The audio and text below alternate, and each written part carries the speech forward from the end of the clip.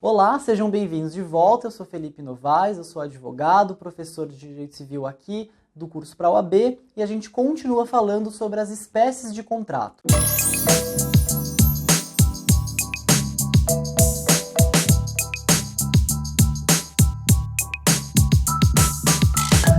Bem, as espécies que a gente vai falar hoje, em primeiro lugar, é o comodato. A outra espécie é o mútuo, a gente fala daqui a pouco, e a gente vai ver que eles são extremamente parecidos. A primeira diferença que a gente vai... Aliás, o primeiro ponto em comum que a gente vai traçar entre o comodato e o mútuo é justamente o fato deles serem espécies de empréstimos. Então, uma espécie contratual e que versa sobre empréstimo. No caso do comodato, a gente vai estar falando de duas características que são muito importantes para tipificar nessa modalidade. Primeiro, é um empréstimo gratuito, ou seja, que não envolve uma contraprestação. Em segundo lugar, e mais importante de tudo, é um empréstimo sobre coisa não fungível. Então aqui a gente retoma aquele conceito sobre coisa fungível, coisa não fungível.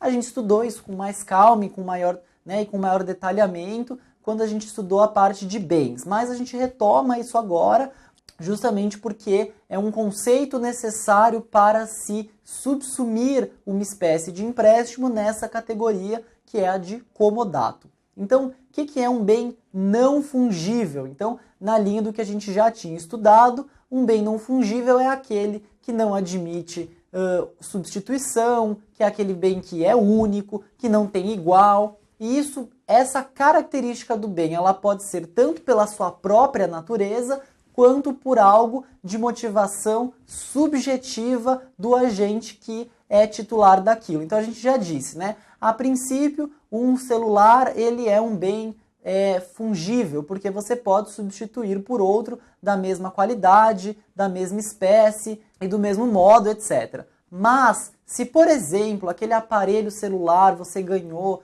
da sua mãe e ele é extremamente importante, representa alguma coisa para você, então essa característica vai tirar este bem daquela categoria, né, de fungível e vai alçá-lo à categoria de bem não fungível ou infungível.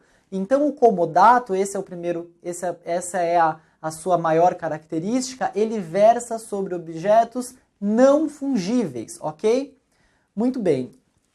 O que exige, qual é a exigência para que você tenha a caracterização do contrato de comodato, que é uma modalidade de empréstimo? Em primeiro lugar, a tradição, ou seja, essa entrega da coisa, ela é um elemento essencial desse contrato. E em segundo lugar, uma posterior restituição, porque veja, aqui a gente está falando de empréstimo, então o empréstimo ele pressupõe uma posterior devolução daquilo que se está emprestando. Ademais, né, eu já tinha falado isso, mas agora eu vou frisar um pouco, a questão da inexistência, portanto, da ausência de uma remuneração por conta disso, de uma contraprestação em pecúnia por conta disso. Por que é importante? Porque se você não está falando... Porque se você está falando de algo que vai demandar uma contraprestação, você não está falando de comodato, você está falando de locação, ok? Então, esse é um conceito muito importante de se ter no momento de se estudar o comodato. Vamos aos nomes, né? A gente vê que cada modalidade contratual tem um nome, né? Tem os participantes. Então, anotem aí. Em primeiro lugar, a gente tem o comodante. O que é o comodante? Quem é este sujeito nessa relação contratual? É aquele que entrega o bem, né, que disponibiliza o bem para essa relação de empréstimo. Veja, uma coisa muito importante, o comodante ele não precisa necessariamente ser o proprietário deste bem, basta que ele tenha algum poder de administração sobre ele. A gente vai ver que outras modalidades elas também admitem essa possibilidade e só para a gente dar um exemplo para facilitar a compreensão. Imaginem o administrador de uma massa falida ou um inventariante de um espólio, né? Veja que nessa situação você tem alguém que não necessariamente, aliás, que não é ainda o proprietário da coisa, no caso do inventariante, e nunca o será, né, nas relações naturais pelo menos, no caso do administrador da massa falida, mas que possuem esse poder de administração sobre aquela coisa e que, portanto, podem constituir um contrato de comodato, portanto, podem ser comodantes nessa relação contratual. Ao outro participante, no outro polo, a gente tem o comodatário, que é justamente aquele que vai receber o bem e que vai ficar obrigado a devolvê-lo quando o contrato de comodato se extinguir, ok? Então, a função do comodatário é receber e restituir. Muito importante, tanto com relação ao comandante quanto em relação ao comodatário, é necessário que se observe a capacidade do agente. Então, a gente já falou bastante de capacidade, também não é necessário retomar esses conceitos, mas é importante saber que isso também vai versar sobre o plano de validade do contrato de comodato. O que quer dizer também, na linha do que a gente já estudou, né? Veja quantas remissões a gente já consegue trazer, isso significa que a gente já avançou bastante com a matéria. Então isso quer dizer que a consequência da inobservância da capacidade do comodatário e do comodante será a invalidade do negócio e que, portanto, vai resultar na nulidade ou na anulabilidade deste contrato, ok? Existem exceções legais que a lei vai trazer e que são pessoas que não podem constituir essa relação de comodante e comodatário. São eles: tutores, curadores e administradores em geral, em relação àqueles bens em que lhe foi posto a guarda, ok? Qual que é o objetivo da lei? Mais uma vez, também na mesma toada de outras proteções que o legislador conferiu. É evitar que haja algum conflito de interesses neste momento de formação e celebração e execução de contrato, ok? Então é uma presunção legal de que nesses casos, nessa hipótese, haverá algum grau de comprometimento. Então veja, haverá uma presunção legal de que nessas situações haverá algum grau de conflito de interesses entre essas partes. Então, de antemão, a lei veda e, portanto, essas pessoas não podem constituir este contrato. A gente tem algumas obrigações do comodatário e que são importantes serem anotadas e rememoradas no momento de se fazer o exame de ordem. Veja que todas as espécies de contratos que a gente for falar a partir de agora, eles têm uma característica muito importante no exame de ordem. E qual é essa característica?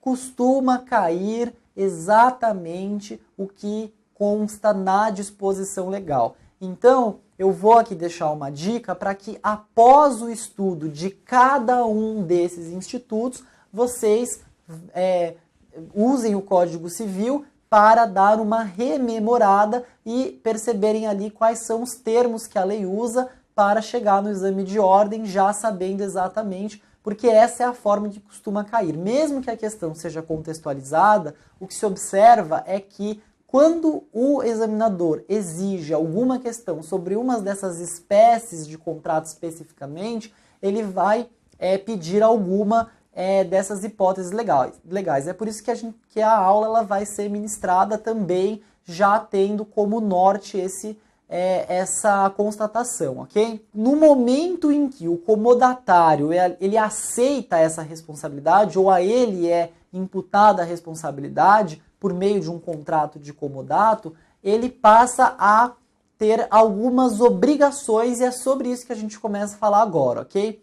A primeira obrigação do comodatário é a de conservar a coisa como se ela fosse sua. Então veja, o legislador vai dizer que o comodatário, no exercício, no desempenho de suas funções, né, enquanto comodatário, ele precisa ter um grau de cuidado, então uma observância àquele cuidado, que a gente inclusive falou na responsabilidade objetiva, em relação àquilo que está posto sobre a sua guarda provisoriamente, porque a gente viu que ele tem a obrigação, no final do contrato, de restituir aquela coisa. Então, no momento em que ele possui essa coisa, ele precisa cuidar como se sua fosse. Ademais, ele só pode fazer uso daquela coisa de acordo com a natureza dela. Não pode ocorrer uma desnaturação em nenhum sentido da coisa que lhe foi emprestada, ok?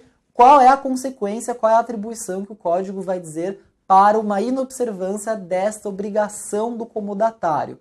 vai ser justamente a responsabilização por perdas e danos. Então, é a famosa indenização que a gente também tanto fala. Ademais, e se o comodatário ele restar constituído em mora, ou seja, havia alguma obrigação no contrato de comodato, ele deixou de observar, então vamos imaginar, olha, você tem que restituir a posse para o comodante no dia tal, da forma tal, na hora tal. E aí vamos imaginar que o comodatário deixa de cumprir com essa obrigação contratual. Então, se ele for constituído em mora, ele vai, além de responder por perdas e danos, pagar por aquela coisa um aluguel que será fixado pelo comodante, ok? Então, também é importante se observar isso. Outra observação que a lei vai dizer é o seguinte: se houver um risco de perecimento das coisas, então não só a coisa que é objeto do contrato de comodato, mas também mas também as coisas do comodatário, vamos imaginar, numa situação de incêndio ou algo assim, e o comodatário preferir salvar primeiro as suas coisas e depois a coisa que é objeto do contrato de comodato, vai dizer o Código Civil que a consequência jurídica para isso é que ele irá responder pelo dano, ainda que o evento seja produto de caso fortuito ou de força maior. Ainda assim, por essa imputação legal, ele vai responder pelo dano sobre aquela coisa que for objeto, sobre aquela coisa que é objeto do contrato de comodato. Por fim, o Código vai dizer que comodatário não pode recobrar pelas despesas que teve enquanto esteve com a coisa. Então veja, já se trata de um empréstimo gratuito, a sua única obrigação é de restituir a coisa, etc. É evidente que as despesas que você teve no momento em que tinha a coisa, elas vão ser suas e ninguém vai responder por isso. E se duas pessoas forem comodatárias, então foi emprestado determinado bem a mais de uma pessoa. Nesse caso, vai dizer que a responsabilidade é solidária. Segurem um pouco obrigações, quando a gente falar em obrigações, a gente vai falar de responsabilidade solidária e aí, se alguém eventualmente tiver alguma dúvida sobre isso, recorra àquela aula, ok? Então, quem tiver eventual questionamento sobre a responsabilidade solidária, segura um pouco que a gente vai falar disso mais pra frente. Só adiantando um pouquinho para não ficar nessa aula um conceito vazio. Na responsabilidade solidária significa que existem dois devedores, dois ou mais devedores, ok? Então, duas pessoas no plano dos devedores, e que dessas pessoas será possível exigir a dívida delas. E no caso da responsabilidade solidária, tanto um quanto o outro poderá responder integralmente pelo todo da dívida. E depois vai cobrar a parte, a mais que pagou do outro devedor solidário, ok? Mas explicações mais detalhadas a gente vai ver no momento oportuno. Bem, é isso. Vamos deixar o mútuo para a próxima aula e a gente fala dele com mais calma. Antes de encerrar, mais uma vez, é muito importante que vocês nos ajudem compartilhando o vídeo, curtindo aqui, se inscrevendo no GTUSP e até a próxima aula. Muito obrigado!